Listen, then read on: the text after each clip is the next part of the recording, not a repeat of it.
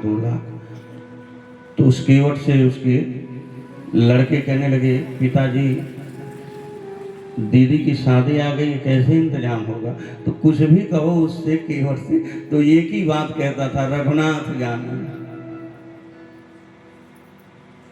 रघुनाथ जाने। कैसे होगा काम? रघुनाथ जाने। तो शादी आ गई, अब 2 दिन शादी को हो गया, कैसे इंतजाम होगा? रघुनाथ जाने। बच्चे कहने लगे, एक बात बताऊं पिताजी, गांव के सेठ जी हैं, इनके पास चले जाओ, आप पैसे उधार ले लो, हम ब्याज पे ले लो, हम लोग कमा करके पूरा कर देंगे। बेचारा केवल रघुनाथ के भरोसे चला गया और 200 रुपया उधार ले लिया। उस टाइम का 200 का मतलब 2 लाख के बराबर। और बेचारा ले आया, पुर्सी बन गई ब्याज की। शादी हुई बड़ी धूमधाम से। धीरे धीरे 1-2 साल बीत गया, बच्चे कमाने लगे जा करके। और जब कमाने लगे तो खूब मेहनत करके दोनों बच्चे और ला करके पैसे पिताजी को दे दिए कि पिताजी ले जाइए, सेठ जी का पैसा वापस। जय श्री रघुनाथ जी की इच्छा। और बेचारा पैसा लेकर के गया और सेठ जी से कहने लगा, सेठ जी आज हम पैसा ब्याज सहित लेके आए, आपका बहुत एहसान था और हम वापस कर रहे हैं, आप ले लो और अपनी डायरी से हमारा हिसाब किताब कर दो। सेठ जी ने पैसा वापस लिया और उसकी जो पर्ची थी लेके आए और उस पर लिख दिए कि पैसा जमा 200, ब्याज भी जमा। कीवट से कहने लगे, सेठ जी ये लो देखो क्या लिखा इस पे। तो कीवट बेचारे का ये कही रेट, रघुनाथ जाने हम का जाने का लिखा। और जब ऐसी बात कह दी उस कीवट ने कि रघुनाथ जाने, तो सेठ जी के मन में बेईमानी आ गई। ये तो अनपढ़ा है, अब इसे जिंदगी भर ब्याज लेंगे। और उस पर्ची को सेठ ने कहा, अच्छा ठीक ठीक, तुम 1 मिनट रुको, हम आते हैं। और आने का बहाना करके सेठ जी पर्ची को ले जाके अपनी उस डायरी में रख दिए। बोले जाओ क्या काम पर्ची का, हो गया तुम्हारा हिसाब। अब वो कीवट बेचारा आ गया। 1 साल 2 साल जब बीत गया तो सेठ जी ने नौकर को भेजा, जाओ उस कीवट के पास से कह दो पैसे मांग रहे हैं सेठ जी ब्याज। अब जब नौकर गया सेठ जी का तो लगा कीवट, हे रघुनाथ हम तो सब दे दिए, दोबारा क्या मांग रहे हैं, हम तो चुका दिए सारा कर्जा। नौकर जाके जब सेठ को बताया तो सेठ कहने लगे, ऐसे नहीं मानेगा, कोर्ट में जाकर के मुकदमा कर दिए। सबूत था ही कि पैसा लिया उधार, ब्याज पे दे नहीं रहा।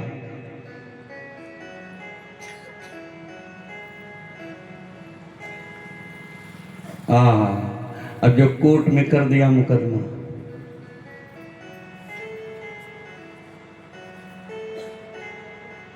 कीवट बुलाया गया। हाँ भाई, जज साहब पूछने लगे, पैसे लिए थे तुम? जी लिए थे। वापस कर दिए? हाँ वापस कर दिए। कोई सबूत गवाह?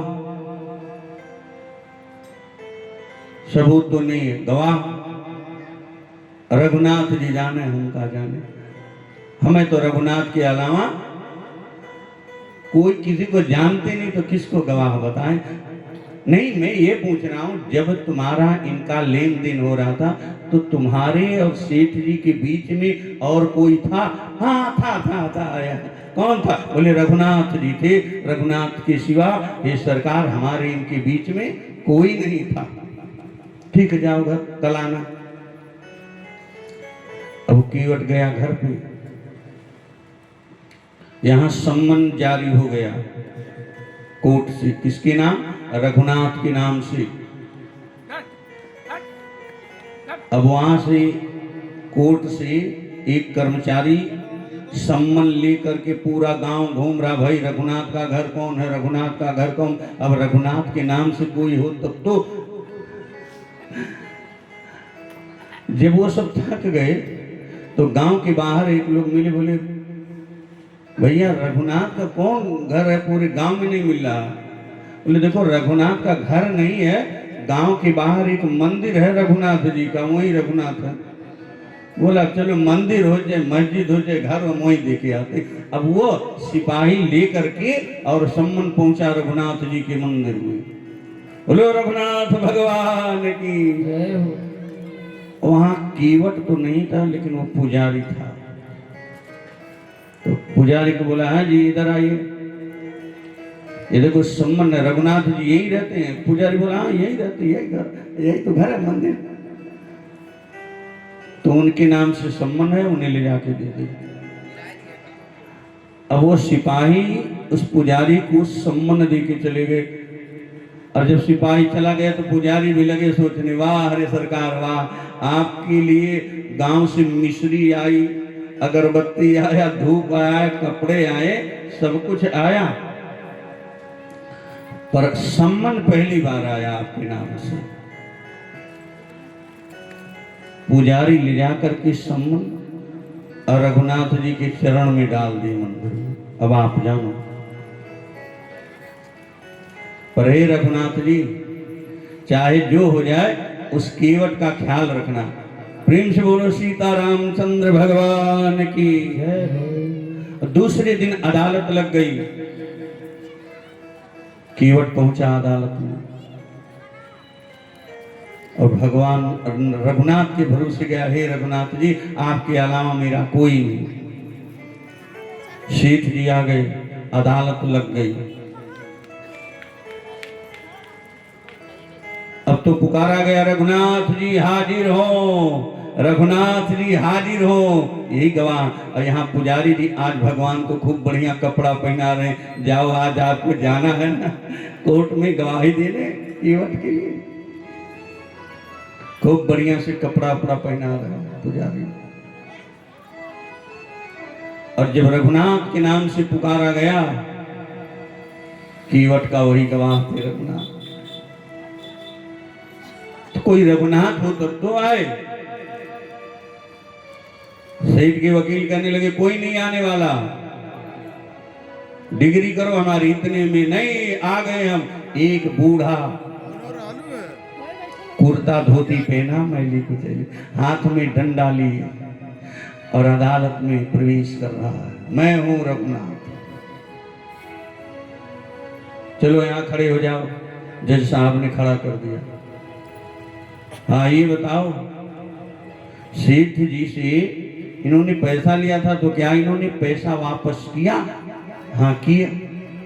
तो कीवट ने पैसा सारा चुका दिया? हाँ सरकार चुका दिया।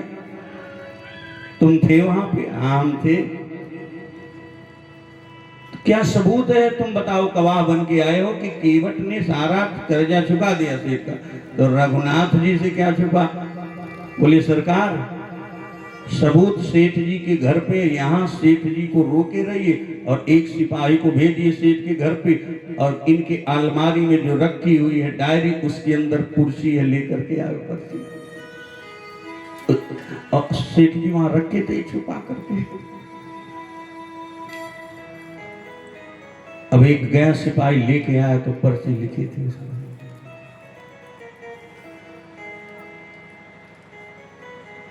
प्रेम से बोलो रघुनाथ भगवान की। कीवट बच गया, कर्जा माफ हो गया, हिसाब किताब खत्म, सबके सब अपने घर गए। सेठ जी बुलाए सिपाही को, बोले ये बताओ ये रघुनाथ यही है? तो सिपाही कहने लगा मैं तो इनको पहचानता नहीं, ये कौन है?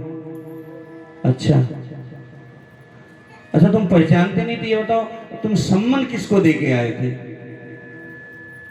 बोले सरकार माफ करिएगा, सम्मान लेकर के जब हम रघुनाथ के नाम से गांव में पूरा घूमने लगे तो कहीं कोई मिला नहीं, और गांव के बाहर रघुनाथ का मंदिर मिला। अच्छा, तो ये क्या मंदिर के पुजारी थे रघुनाथ? बोले नहीं, पुजारी तो दूसरा कोई था। तो फिर ये बोले, पुजारी ने कहा कि यहाँ रघुनाथ का नाम का कोई है नहीं, रघुनाथ का मंदिर है। अच्छा, पुजारी को बुला के ले आओ। पुजारी जी आ गए, और इतने में वो बूढ़ा व्यक्ति चला गया। जाओ तुम जाओ, चला गया। सेठ जी पुजारी से पूछने लगे, पुजारी जी ये बताओ, ये सिपाही सम्मन ले जा करके आपको दिया था? जी। तो आपने सम्मन किसको दिया? आपका नाम रघुनाथ नहीं, तो आपके यहाँ कोई रघुनाथ राम का रहता? नहीं सरकार, रहते नहीं, रघुनाथ जी का मंदिर है, और जो सिपाही ने रघुनाथ के नाम से सम्मान दिया तो हम ले जाके रघुनाथ जी के चरणों में रख दिए।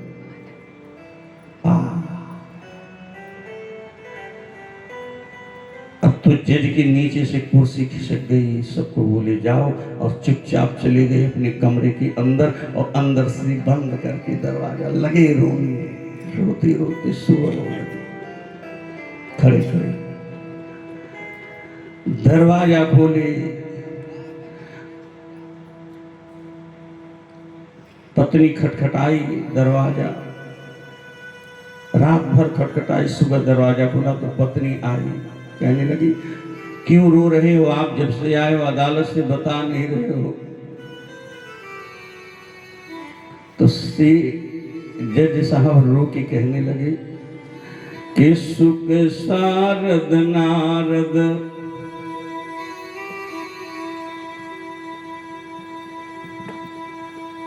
सुख सारद नारद, रो के कहने लगे कि सुख सारद नारद अशीष गणेश के, सुख सारद नारद अशीष गणेश के, ध्यान में जो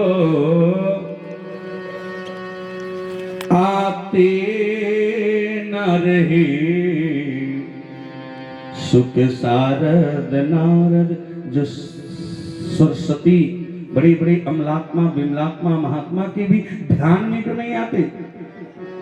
जज साहब कहने लगे कि सुख सारद नारद शेष महेश के, नहीं ध्यान में जो आते रहे, वही भगवान। तो जज साहब की पत्नी कहने लगी तो रो काहे रहे? तो जज साहब कहने लगे इसीलिए तो रो रहे हैं कि सुख सारद नारद अशेष महेश के, ध्यान में जो नहीं आते रहे, केवटा के खातिर गवाह बने, अदालत में समझाते रहे। अरे तब तो और बढ़िया है, भगवान आकर के गवाही दे रहे थे केवटा की तरफ से, इसी बहाना केवट के बहाना आपको भी भगवान का दर्शन मिला। सेठ जी कहने लगे इसी बात का तो रोना है। किस बात का? कहने लगे कि कुर्सी पे बना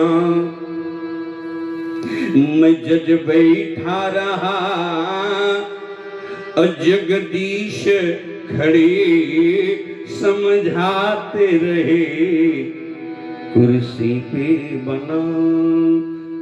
मैं कितना बड़ा सुभागा वो केवट, उसके लिए भगवान आज खड़े होकर गवाही दे रहे हैं। और मैं कितना बड़ा अभागा कि भगवान खड़े कुर्सी पे बना मैं जज बैठा रहा, जगदीश खड़े समझाते रहे, कुर्सी पे बना बैठा रहा, जगदीश खड़े समझाते रहे, सुख शारद नारद शेष गणेश के, ध्यान में जो नहीं आते रहे शुक्र शारद नारद शेष गणेश के ध्यान में जो नहीं आते रहे सुख धोखे दर्श दिए भय को दुख नाही न तजियो जाते रहे दुख नाही न जो तजी जाते रहे कुर्सी पे बना जज बैठा रहा कुर्सी पे बना जज बैठा रहा जग देश खड़े सब जाते रहे से बना जज बैठा रहा जग देश खड़े समझाते रहे जग देश खड़े जाते रहे। इसलिए कहते कि कुछ कहो कुछ कहूं और ना कहूं तुम भी सोचा करो कुछ कहूं और ना कहूं तुम भी सोचा करो सह सकूं दर्द इतना खरोचा करो तीर की पीर क्या व्याधि को है पता तीर के पीर का व्याधि को क्या पता दम निकल जाए तब पंख नोचा करो दम निकल जाए तब पंख नोचा करो कुछ कहूं और ना कहूं तुम भी सोचा करो असह सकूं दर्द इतना खरोचा करो है ना भगवान से कहना है